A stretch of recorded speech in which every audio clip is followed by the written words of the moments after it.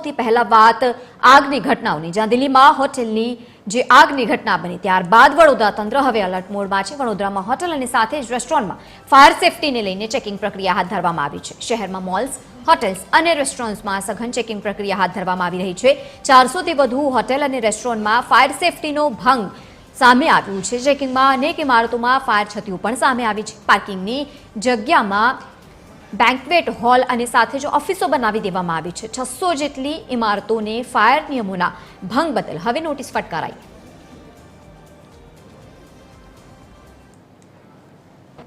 દિલ્હીમાં બનેલી આગની હોનારત બાદ હવે વડોદરા મહાનગરપાલિકાનું ફાયર વિભાગનું તંત્ર પણ જાગ્યું છે। આપ અહીંયા જોઈ શકો છો, વડોદરા ફાયર બ્રિગેડ દ્વારા શહેરમાં આવેલી અલગ અલગ જે રેસ્ટોરન્ટ્સ છે, હોટેલ્સ છે, મોટા મોલ્સ છે, તેમાં ચેકિંગ હાથ ધરવામાં આવી રહ્યું છે। આ તક્ષ ગેલેક્સીના દ્રશ્યો છે। વાઘોડિયા રોડ હાઈવે પર આવેલી એક હોટલમાં જે ચેકિંગ છે એ કરવામાં આવી રહ્યું છે। વડોદરા ફાયર બ્રિગેડના જે કર્મચારીઓ છે, અધિકારીઓ છે, એ અહીંયા પહોંચ્યા છે। કોઈપણ પ્રકારની ખામી હોય ફાયરને લઈને, ફાયર સુવિધાને લઈને, તો તે તમામ જે રેસ્ટોરન્ટ્સ છે, આ ઉપરાંત ઇમારત છે, મોલ્સ છે, તેમના વિરુદ્ધ કાર્યવાહી કરવામાં આવી રહી છે। અને દિલ્હીની ઘટના બાદ હવે વધુ એલર્ટ થઈને વડોદરા ફાયર બ્રિગેડનું જે તંત્ર છે એ એક્શન મોડમાં આવ્યું છે, કાર્યવાહી કરી રહ્યું છે। તમામ જે સુરક્ષા વ્યવસ્થા ફાયરને લઈને હોય તે ચકાસવામાં આવી રહી છે। તમામ ફાયર એક્સ્ટિંગ્વિશર્સ જે રેસ્ટોરન્ટની બહાર પણ લાગેલા હોય, કિચનની અંદર લાગેલા હોય, તેને ચકાસવામાં આવી રહ્યા છે। કોઈપણ રેસ્ટોરન્ટ કે હોટલનો સૌથી સેન્સિટિવ એરિયા એ કિચન કહેવામાં આવે છે અને એટલા માટે જ કિચનમાં ફાયરની વિશેષ સુવિધા હોવી જોઈએ અને તે સુવિધા ચેક કરવામાં આવી રહી છે। અને ફાયર બ્રિગેડ દ્વારા ઝીણવટભરી તપાસ તમામ રેસ્ટોરન્ટ્સ અને તેના હોટલ્સ જે છે તેમાં કરવામાં આવી રહી છે। વડોદરામાં અત્યાર સુધી ઘણી બધી હોટલ્સ અને રેસ્ટોરન્ટ્સને ફાયર સુવિધાના અભાવ અને તેના સુરક્ષામાં ખામીને લઈને નોટિસો આપવામાં આવી છે। ફાયર ઓફિસર HR મહેશ્વરી આપની સાથે છે, તેમની સાથે વાત કરીશું, કાર્યવાહી શું કરવામાં આવી છે તે અંગે જાણીશું। સાહેબ, અત્યાર સુધી શું કાર્યવાહી કરવામાં આવી છે, કેટલું ચેકિંગ કરવામાં આવ્યું છે?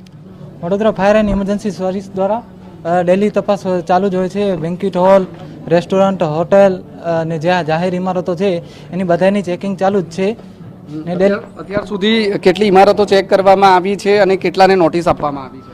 ટોટલ આંકડો તો ખ્યાલ નથી। ડેલી મહિનામાં ઘણી બધી ચેકિંગો થાય છે। એનામાંથી આ વર્ષ દરમિયાન 600થી વધારે નોટિસો આપવામાં આવેલી છે અને એના આગળની કાર્યવાહી પણ કરવામાં આવેલી છે। ઘણી બધી જગ્યાએ એવું હોય છે કે પંપ બંધ હોય કે ફિક્સ ફાયર પ્રોટેક્શન સિસ્ટમ ચાલુ ન હોય, ક્યાંક ઘણી જગ્યાએ આપણે ફાયર એક્સ્ટિંગ્વિશર છે એ ક્યારેક રિફિલ કરેલા ન હોય, કાં તો પછી ક્યારેક એક્સ્ટિંગ્વિશર છે એનો પ્રેશર ડાઉન પણ હોય, તો એના લીધે આપણે સિસ્ટમ આપણે કાર્યરત ન હોય તો આપણે ફાયર ફાઇટિંગમાં તકલીફ પડતી હોય છે। તો એની નોટિસ આપવામાં આવે છે અને એના આગળની કાર્યવાહી એમને જણાવવામાં આવે છે કે કેવી રીતે પ્રોસેસ છે। પંપ બંધ હોય તો એની નોટિસ આપી અને આગળ નોટિસ બાદ પણ જો કોઈ પગલાં ન લેવામાં આવે, કોઈ સુધારો ન થાય તો શું કાર્યવાહી કરવાની?